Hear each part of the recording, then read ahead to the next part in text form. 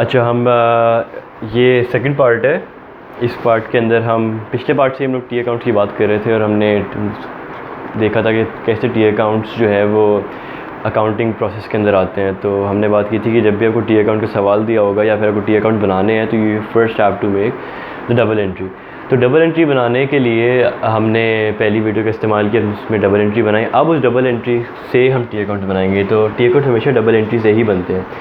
तो पहला T account हम जो बना रहे हैं वो हम बना रहे हैं कैश का। देखिए, पहली चीज़ ये कि हर एक टाइटल का एक अकाउंट बनेगा, मतलब कैश का एक बनेगा जिसमें सारी कैश की ट्रांजैक्शन आएंगी, कैपिटल का एक बनेगा जिसमें सारी कैपिटल की आएंगी। तो पहली चीज़ तो ये दिमाग में रखनी है कि जितने भी टाइटल्स हैं उन सबको आप एक एक हेड में डिवाइड कर दें। कैश अगर 5 एंट्रीज़ हैं, 5 में से 4 एंट्रीज़ जो है वो कैश की हैं, तो कैश का एक अकेला बनेगा, कैश के 6 अलग अलग अकाउंट नहीं बनेंगे। तभी हम इसको समराइजिंग वाला स्टेप कहते हैं। तो ये टी अकाउंट की शेप में, that's why it is called T account. सबसे पहले हम क्या करते हैं, डेबिट साइड हमेशा लेफ़्ट वाली डेबिट होती है और राइट वाली क्रेडिट साइड होती है। सेंटर में अपने अकाउंट का टाइटल लिखते हैं। अकाउंट इस वक्त हम कैश का बना रहे हैं तो कैश लिखेंगे। For the sake of this T account मैं यहाँ पे डेट और डॉलर लिख रहा हूँ। ये बाकायदा फॉर्मेट करना होता है, मगर क्योंकि मेरे पास टाइम नहीं है तो मैं डेट्स नहीं लिखूँगा, आपको डेट्स लिखनी है। सबसे पहले कैश अकाउंट के अंदर अच्छा, अकाउंट में समराइज़ करते किस तरह, ये मसला होता है हमें। अब डबल एंट्री है, फॉर इंस्टेंस पहली डबल एंट्री थी मेरे पास कैश डेबिट कैपिटल क्रेडिट। अब इसमें कैश को किस तरह यूज़ करना है, कैश अकाउंट में किस तरह डालना है, ये हमें समझ नहीं आता।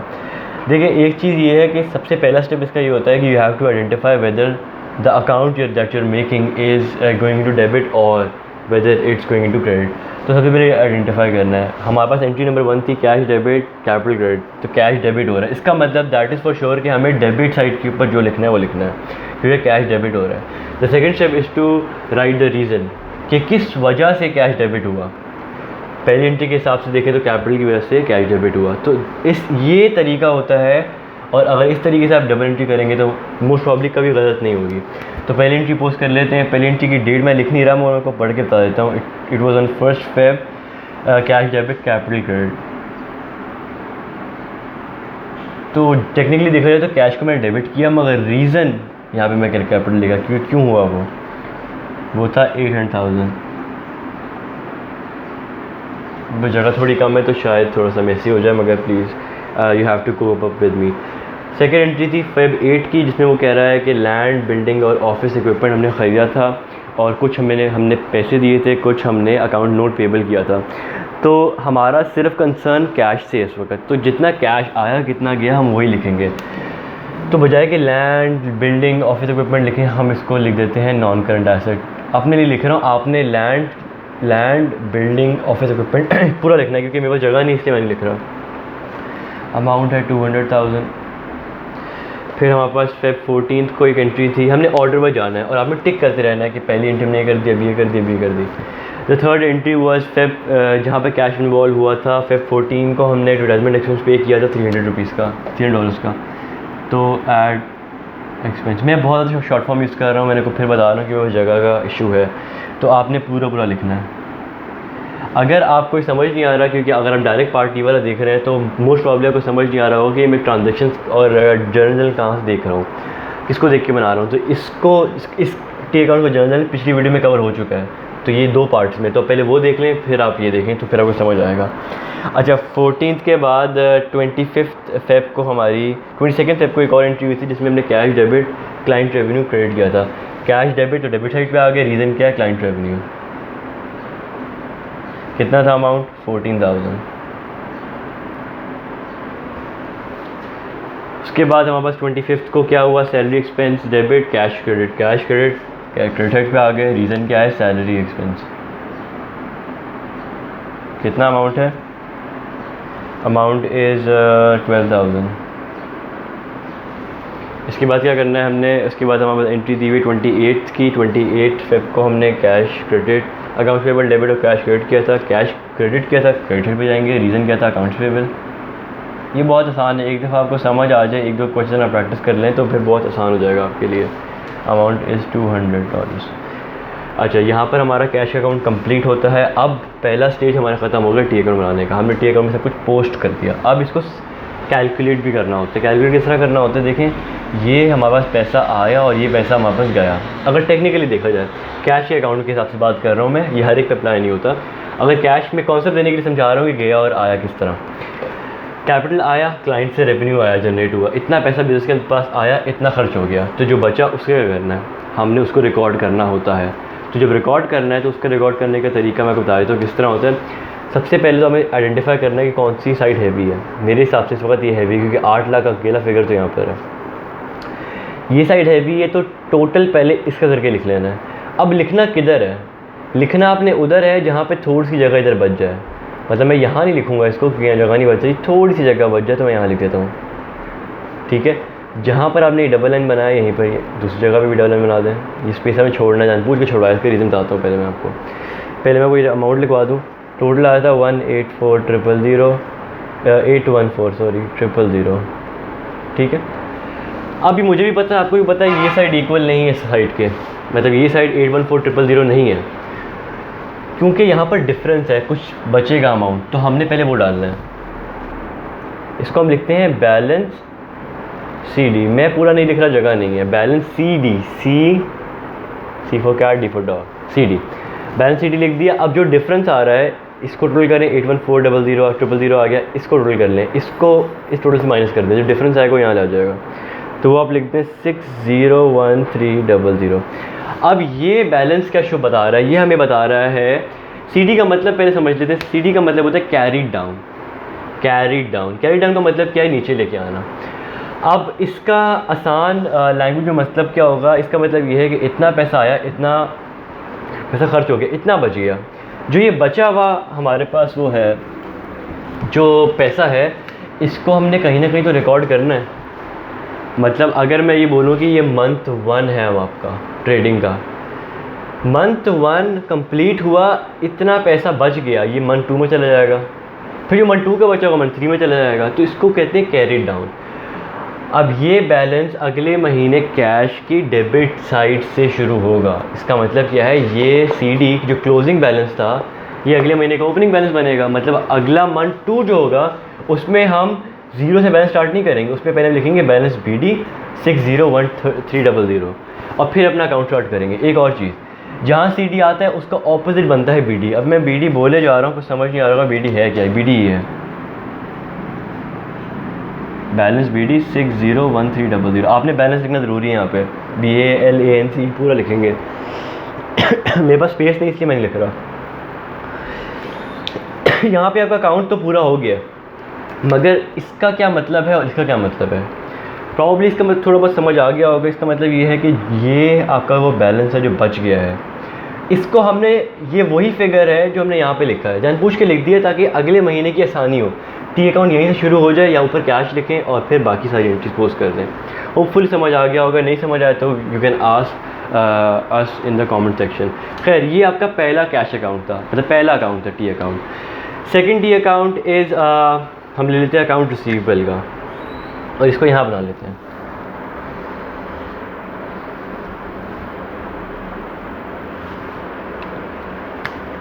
यहाँ पे डेबिट, यहाँ पे क्रेडिट, यहाँ पे ACR, account receivable short form लिख रहा हूँ मैं।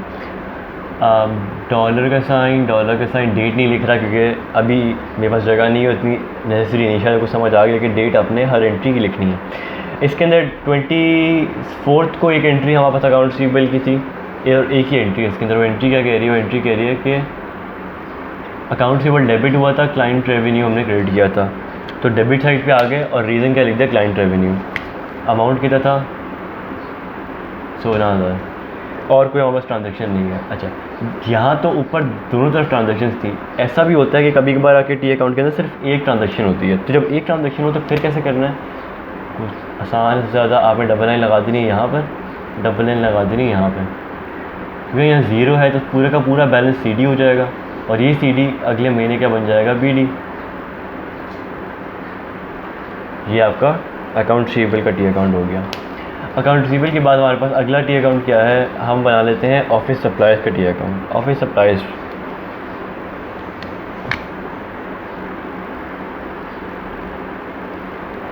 दो चीज़ें हमें पता है कि यहाँ पर DR, यहाँ पे CR, यहाँ पे अकाउंट का नाम। इस केस के अंदर हमारे पास अकाउंट है ऑफिस सप्लाईज़। ऑफिस सप्लाई में सबसे पहली एंट्री Feb 11 की है।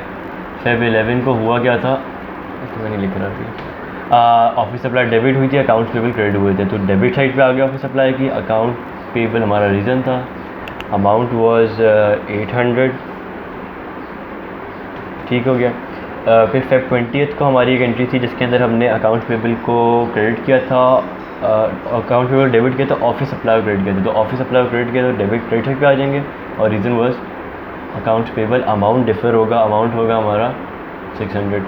फिर हमारे पास Feb 28 की एक और एंट्री थी जिसके अंदर हमने अकाउंट पेबल को पे किया था गैस $200। तो अकाउंट पेबल को हमने किया था डेबिट, ऑफिस सप्लाई को किया था क्रेडिट, ठीक है हो गया। अब अगर यहाँ पर आप नोटिस कर रहे हैं कि यहाँ पर तो दोनों साइड इक्वल हो रही हैं, तो जब दोनों साइड इक्वल होंगी तो कोई बैलेंस CD BD नहीं आएगा, क्योंकि कोई कैरी डाउन है ही नहीं, बैलेंस बचा ही नहीं। इसके अंदर 800 था, 800 का पूरा हिसाब हमारे पास डेबिट में आ गया, पूरा क्रेडिट पे आ गया।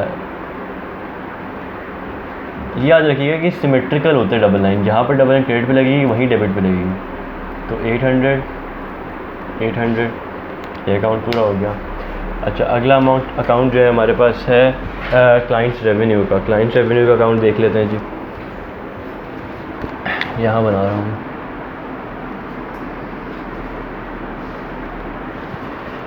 पहली चीज़ हमें पता है कि डेबिट और DR CR लिखना सबसे पहले। DR CR सेंटर में अकाउंट का नाम, क्लाइंट रेवेन्यू। सबसे पहली एंट्री जो हमारे पास हुई है दैट इज़ ऑफ 22 Feb को हमारे पास क्लाइंट ने हमें कैश पे से सर्विस ली थी। तो cash debit, client revenue credit, तो क्रेडिट साइड पे जाएंगे और कैश लिख देंगे रीज़न। और अमाउंट कितना था, अमाउंट वाज 14,000, 14,000। अच्छा, उसके बाद हमारे पास 24 Feb को एक और एंट्री हुई थी जिसके अंदर हमने सर्विस भेजी थी मगर ऑन अकाउंट भेजी थी। तो अकाउंट रिसीवर हमने डेबिट किया था, क्लाइंट रेवेन्यू क्रेडिट किया था। तो क्रेडिट साइड पे आ जाएंगे क्योंकि क्लाइंट रेवेन्यू क्रेडिट हो रहा है, और रीज़न लिख देंगे ACR, account receivable, amount was 16,000, ठीक है। अब एक और चीज़, अब आपने यहाँ पर देखा था तो हमारे पास एक तरफ अकाउंट था और दूसरी तरफ खाली था और एक ही टाइटल था, एक ही इसके अंदर एंट्री पास हुई थी। अब यहाँ पे 2 एंट्री पास हुई हुई हैं और डेबिट खाली है। अब क्या करेंगे, अब वैसे ही करेंगे जैसे हमने पहले किया था, इसको टोटल कर लेंगे। इसका टोटल बन रहा है 30,000,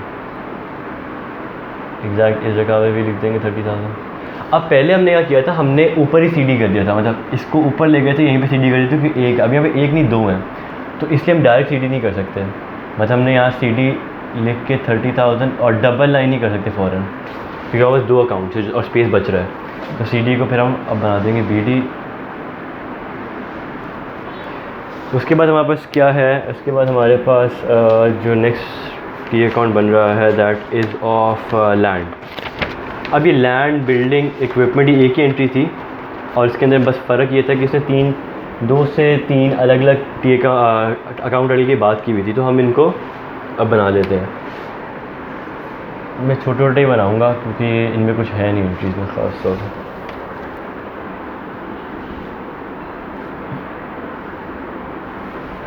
सबसे पहले लैंड बना लेते हैं।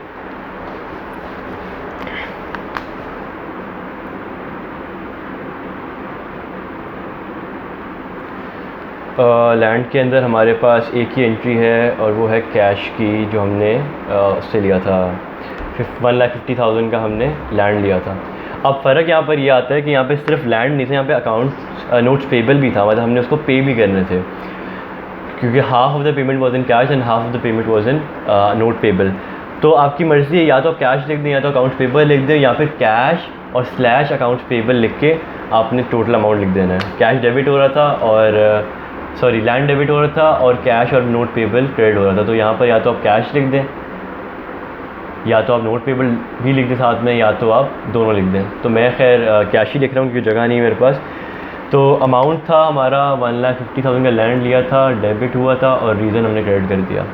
अब इसके अंदर भी वही होगा जिस तरह हमने यहाँ पे किया था। एक है हमारा सिर्फ टाइटल, तो एक टाइटल के लिए हम डायरेक्ट CD कर देते हैं और ये CD BT बन जाएगा। अच्छा, ये हो गया पहला लैंड। अब बना लेते हैं बिल्डिंग का। बिल्डिंग में भी यही होगा, डेबिट क्रेडिट, सेंटर में टाइटल आ जाएगा बिल्डिंग। बिल्डिंग की भी सेम एंट्री बनेगी। मैं यहाँ कैश लिख रहा हूँ। कैश अमाउंट था 5,40,000 और इसका और कोई फिगर है नहीं हमारे पास, तो CD 5,40,000 और 9999 ये CD यहाँ जाके BD बन जाएगा। इसका अकाउंट क्लोज हो गया। उसके बाद हमारे पास है इक्विपमेंट, डेबिट क्रेडिट इक्विपमेंट। इसका भी सेम अकाउंट बनेगा। कैश हमने डेबिट किया, इक्विपमेंट डेबिट किया था और कैश और नोट पेबल क्रेडिट था, तो बिल्डिंग की इक्विपमेंट की डेबिट साइड पे आए और रीज़न लिखा कैश और अमाउंट लिख दिया। अमाउंट हुआ 60,000। ठीक है, यही CD, यही कोई और फिगर नहीं है तो इसको डबल लाइन किया, इधर डबल लाइन करके यही डिजिट्स लिख दिए जो भी आंसर है, और ये CD यहाँ पे आके BD बन गया।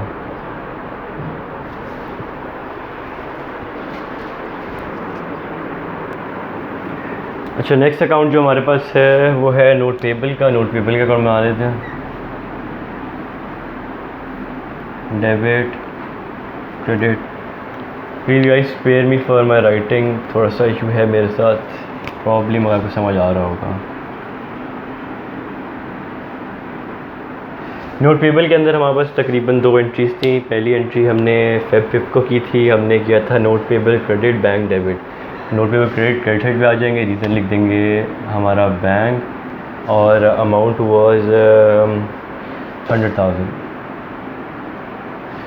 सेकेंड एंट्री भी क्रेडिट पे थी, हमने नोट पेबल किया था Feb 8 को। लैंड बिल्डिंग और इक्विपमेंट में जो रिमाइंडर अमाउंट था तो वहाँ पर नोट पेबल क्रेडिट हो रहा था। रीज़न जो है वो सारे डेबिट वाले आ जाएंगे। अच्छा, एक और चीज़, जब एक से ज़्यादा एंट्री के अंदर एक से ज़्यादा डेबिट हो और एक से ज़्यादा क्रेडिट हो, तो फॉर इंस्टेंस अगर मैं ऐसे लिखता हूँ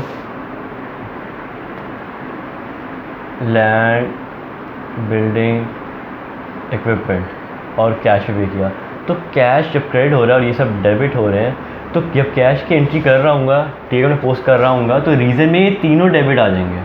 लैंड भी आएगा, बिल्डिंग भी आएगा, इक्विपमेंट, इकट्ठा टोटल नहीं करना। इसी तरह जब लैंड का जाएगा तो लैंड की जितना अमाउंट होगा वो बिल्डिंग वो कैश लैंड के अकाउंट में आएगा, उतना कैश।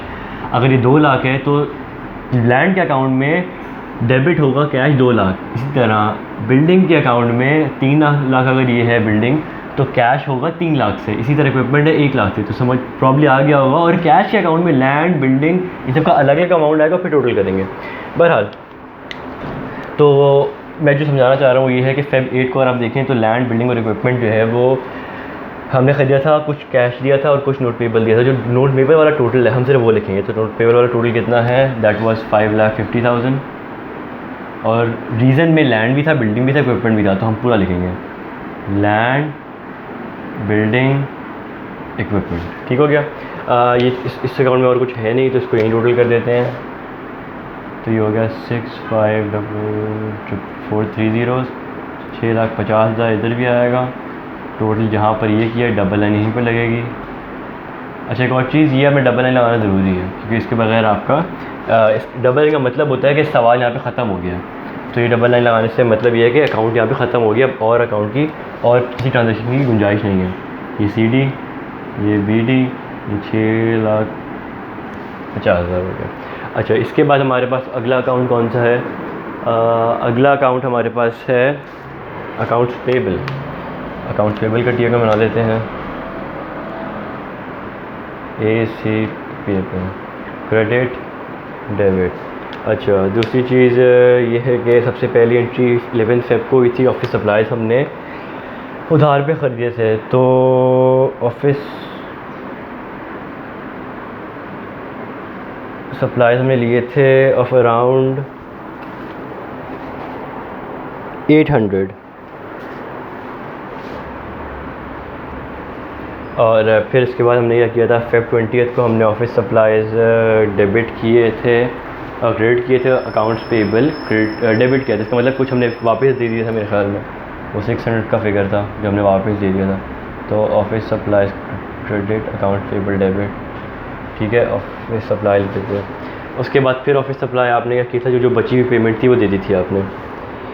तो हो जाएगा ऑफिस पे सप्लाईज हमारा account payable debit, office supply credit.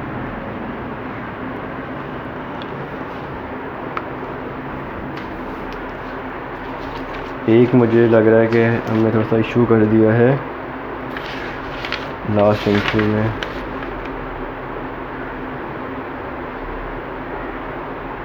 नहीं 200 नहीं आएगा क्योंकि ये तो हमने कैश में पे किया था, तो ये नहीं आएगा। और मुझे लग रहा है अकाउंट्स पेबल के अंदर हमने ऑफिस सप्लाई लिख दिया होगा 200 को, वो कैश होगा। आई एम सॉरी, वो मैं एडिटिंग में भी उसको करेक्ट कर दूंगा। तो ये 200 बचा, ये हमारा हो गया। अच्छा नहीं, यहाँ तक हो गया। अब आप इसको और एंट्री नहीं है, इसको टोटल कर लें। अब आपने ये देखना है कि ये 800 टोटल इधर हुआ, 800 टोटल इधर हुआ। 600 की सप्लाई आपके पास और हुई थी जो हमने वापस करी थी, तो बचा 200। इस 200 को बाद में हमने पे भी कर दिया, मगर यहाँ पर ये 200 ऑफिस सप्लाईज़ के नाम से ही आएगा क्योंकि इसको हमने पे इन कैश किया। I hope you got the concept. अगर नहीं आपको समझ आया फिर भी मैं इसको आपको किसी और वीडियो के अंदर या नीचे मैं आपको कमेंट सेक्शन में बता दूंगा। बहरहाल अगला अकाउंट जो है वो कैपिटल स्टॉक का है, उसके बाद हमारे एडवर्टाइजिंग एक्सपेंस है, फिर आखिर में सैलरी एक्सपेंस है। तो कैपिटल स्टॉक का अकाउंट बना लेते हैं पहले।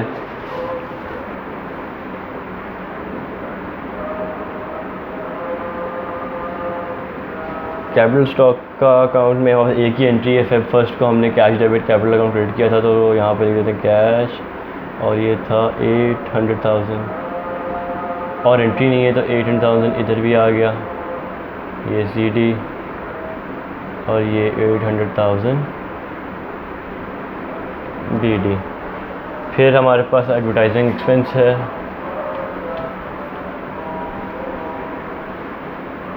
तो उसको लिखते हैं ऐड एक्सपेंस क्रेडिट डेबिट। इसके अंदर यहाँ एक ही एंट्री है जो कि हमने फेब 14 को कैश की थी, कैश फेब 14 500, यहाँ पे CD 500 टोटल, ये CD BD बन जाएगा 500 का। फिर लास्ट हमारे पास है सैलरी एक्सपेंस, इसको मैं इधर बना देता हूँ